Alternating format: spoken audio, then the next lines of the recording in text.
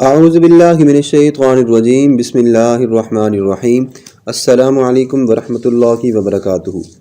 اگر آپ دن بھر بے چین رہتے ہیں تو حضور اکرم صلی اللہ علیہ وآلہ وسلم کی بتائی ہوئی یہ دعا ضرور پڑھیں، انشاءاللہ آپ کی بے چینی ختم ہو جائے گی۔ ہم آج کی مختصر ویڈیو میں اسی بارے میں بات کریں گے۔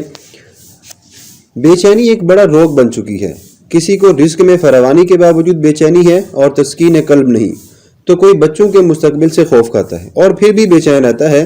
دیکھا جائے تو بے چینی کا مطلب یہ ہوتا ہے کہ انسان کو تسکین قلب میسر ہی نہیں ہے۔ تسکین قلب ایک نعمت ہے اور رحمت بھی ہے، لیکن جب یہ انسان کو میسر نہ آئے تو ایسے جینے میں کوئی لطف بھی نہیں رہتا۔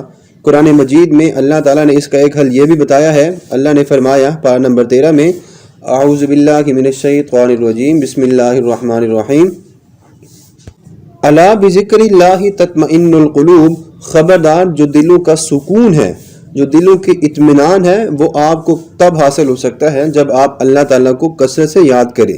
جب تک آپ اللہ تعالیٰ کو کثرت سے یاد نہیں کریں گے، آپ کے دل کی بے چینی کبھی ختم نہیں ہوگی۔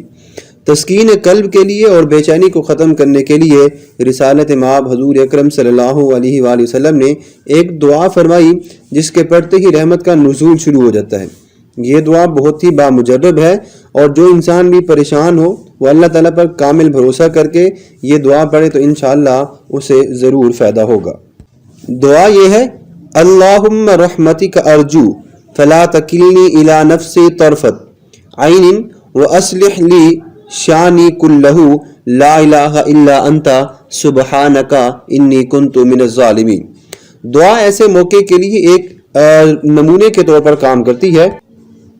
جب کوئی کام رکا ہوا ہو تو آپ اس دعا کو پڑھ لیں، یا انسان سخت سے سخت پریشان ہو، بہتر یہ ہے کہ آپ 2 رکعت نماز پہلے حاجت پڑھیں اور سلام کے بعد اس دعا کو پڑھیں۔ انشاءاللہ تعالی اللہ تعالیٰ کے فضل و کرم سے یہ کام آپ کا ضرور ہو جائے گا۔ اول آخر میں درود پاک بھی پڑھیں، اور یہ بھی کہا جاتا ہے کہ نیز اگر یہ دعا ہر نماز کے بعد 1 مرتبہ پڑھتے ہیں تو پھر اس کا کوئی کام بھی نہیں رہتا۔ تو محترم سامعین، آج کی ویڈیو کا یہیں پہ ہم اختتام کرتے ہیں۔